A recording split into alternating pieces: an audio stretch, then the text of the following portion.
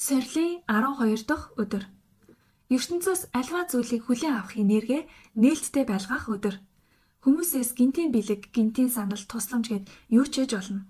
Альва зүйлийг хүлээн авахдаа та нээлттэй байгаарай.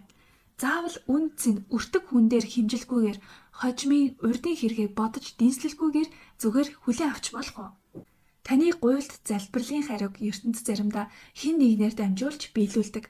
Хамт ажилдаг найз чинь кофегоор дайлах, хамаатан чинь амралтын өдрөөр гэртээ урих үед яана эвгүй юм өрөнд орлоо хариу барихаас гэж зовлгүй. Ямар сайхан хэрэг вэ? Баярлалаа гэж талархаж хүлээн авбал улам сайн зүйлс танд татагдан ирэхдээ баяртай ах болно. Та хүлээн авах энерги нээлттэй байлгаарай.